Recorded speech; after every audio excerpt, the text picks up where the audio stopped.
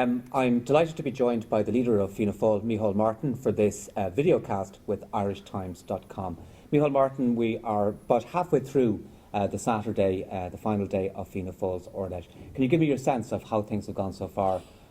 I think it's gone very well, and I think the crowds have come in huge numbers. I think over expectations, really, well over 4,000, probably 4.5 by tonight. I think they love the new format. They love coming back to the RDS in terms of the familial social context. The new format where they have far more say, where they can get to a microphone much easier and make their contribution on any given topic, is working a dream. They were very happy with last night, having external speakers like John Waters, Andy Pollock, and indeed Dennis Bradley, and chaired by Noel Whelan. All of that, I think, has brought a new dimension, and they like it, and they're saying that. We also have many young candidates going forward for officership and for membership of the National Executive.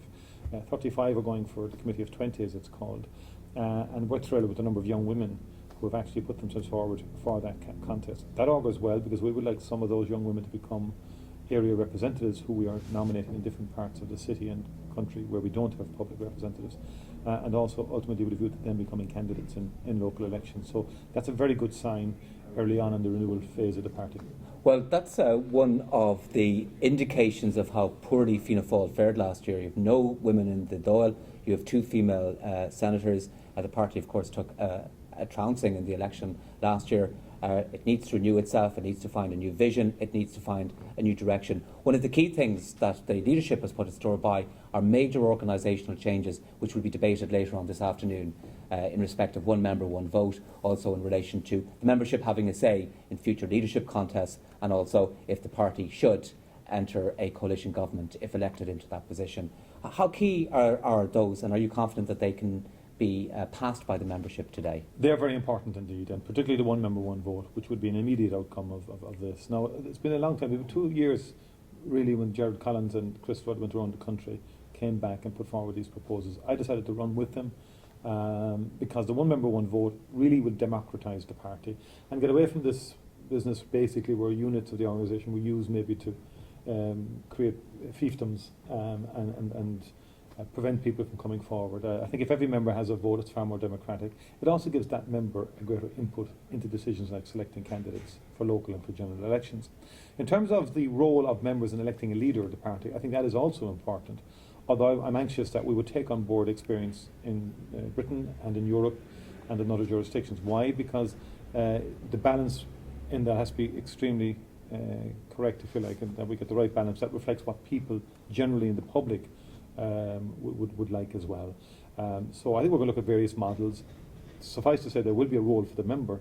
We're setting up a commission, if it gets through today, to examine what's the best mechanism for doing that. Okay, then you've said that you'd be very disappointed already this morning if they weren't to get through. And the same would apply for forming a government. Okay. We go before conference to do that. Just in relation, you said you're looking to the future, but there are some powerful reminders of the past at the Ordesh today, not least the appearance of Bertie Ahern. Some people took your speech last night as an implicit criticism of Mr Ahern, amongst others in Fianna Fáil, who may be the subject of criticism by the Mahon Tribunal. What's your reaction to Mr Ahern's appearance at the Ordesh today? And is it, in a sense, would you think, a reaction to what you said in the speech last night, which might have made an implicit reference to him?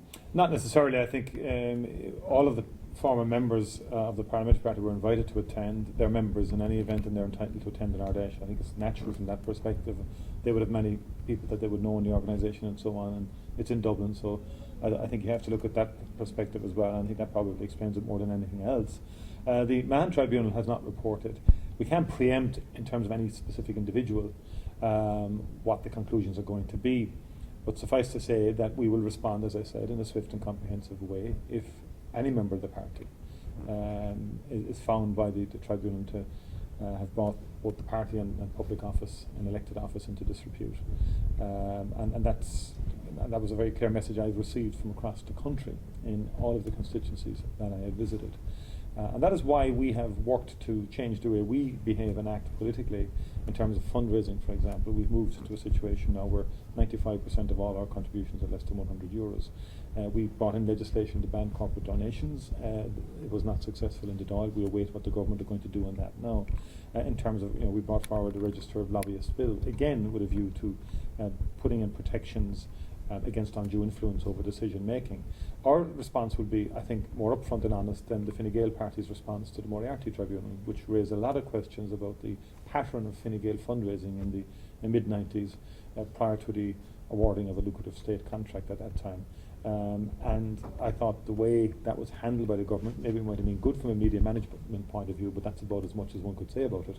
It wasn't good from the perspective of accountability or dealing honestly and openly with the issues that arose from that. Okay, so you're kind of saying, just in one word, you're going to say you're going to be tough in relation to your reaction to the conclusions when they are published, and that might mean taking unpleasant action against people who might be reviewed by the party.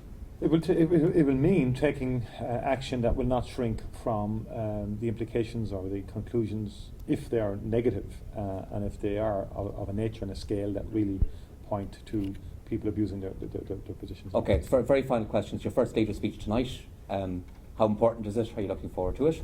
Are you nervous? I'm looking forward to it. Obviously, prior to the Ardèche one gets a bit nervous as to how it's going to work out. But I must say the atmosphere today is excellent. Last night it was, and I'm meeting many delegates around the place. So, I've been out and about, and so I'm looking forward to it now, actually.